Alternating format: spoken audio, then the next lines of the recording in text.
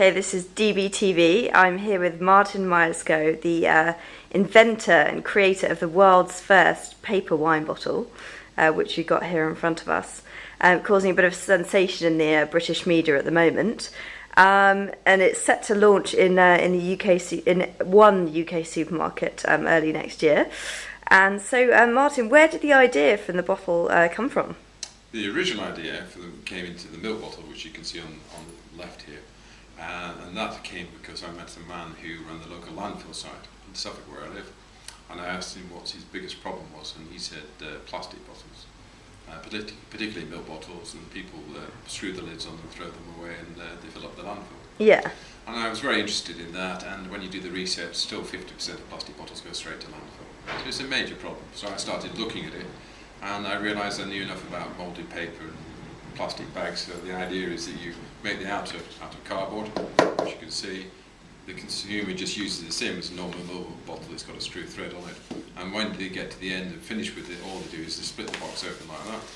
Whoa. The two halves come apart like that. This bag with a little bit of milk in it goes in the bin, waste, and the cardboard goes around the mainstream recycling.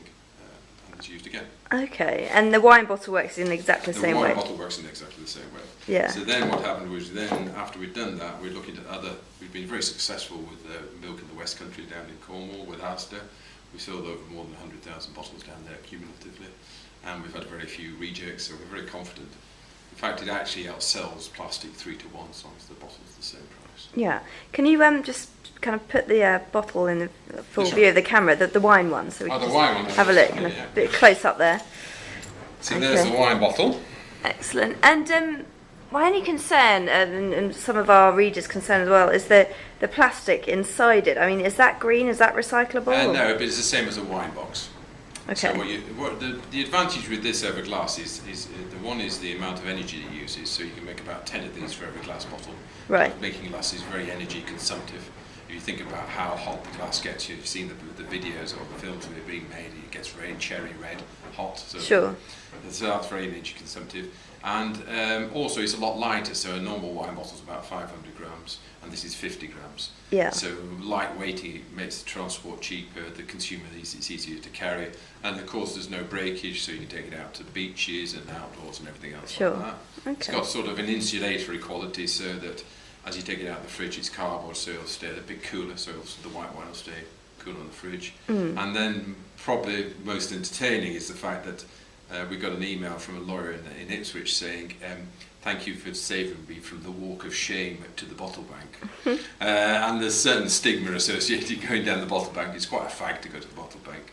And these you can just dispose at home. Yeah, okay. And how about shelf life of the wine compared to the shelf life of the wine is the same as the shelf life of a wine box. Right. So we very much see this as what I've dubbed the buy and drink market. Okay. We don't think people lay this down for 100 years. They may do, but it's a far more sort of recreational, fun and funky sort of thing to be doing. Sure. And wine, obviously, it's kind of notorious for having lots of wine snobs, and I mean, isn't it a bit of a almost insurmountable task trying to get people to drink wine? Well, it is. There are quite a few wine snobs. Everybody said about the screw tap, and now it's half the market. Yeah, and in 5 years. So, and everybody said, oh, it'll never take off and everything else like that. So I think there is a precedent. It won't appeal to everybody, but it certainly is quite a good talking point, and in terms of shelf standout, it's very significant. Okay, fantastic. Well, Martin, thank you very much. You're welcome.